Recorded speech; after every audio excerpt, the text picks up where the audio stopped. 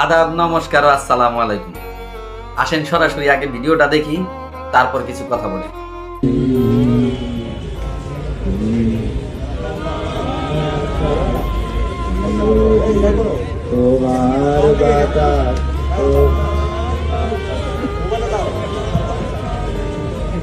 যারা আগামী দিনে দেশ পরিচালনা করবে তারা আমাদের বাংলাদেশের জাতীয় সঙ্গীত জানে না, অথচ দেখেন পাকিস্তানের কাওয়ালি কত সুন্দর ওনারা গাইতেছে। দেখেন ভিডিওটা।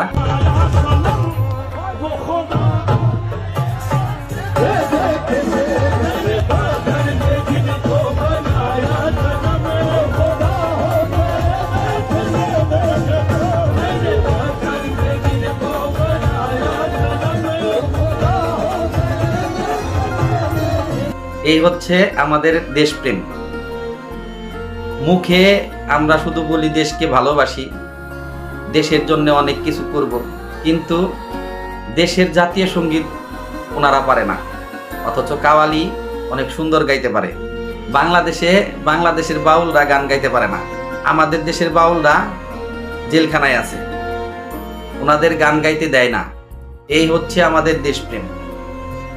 মুখে এক, অন্তরে আর এক।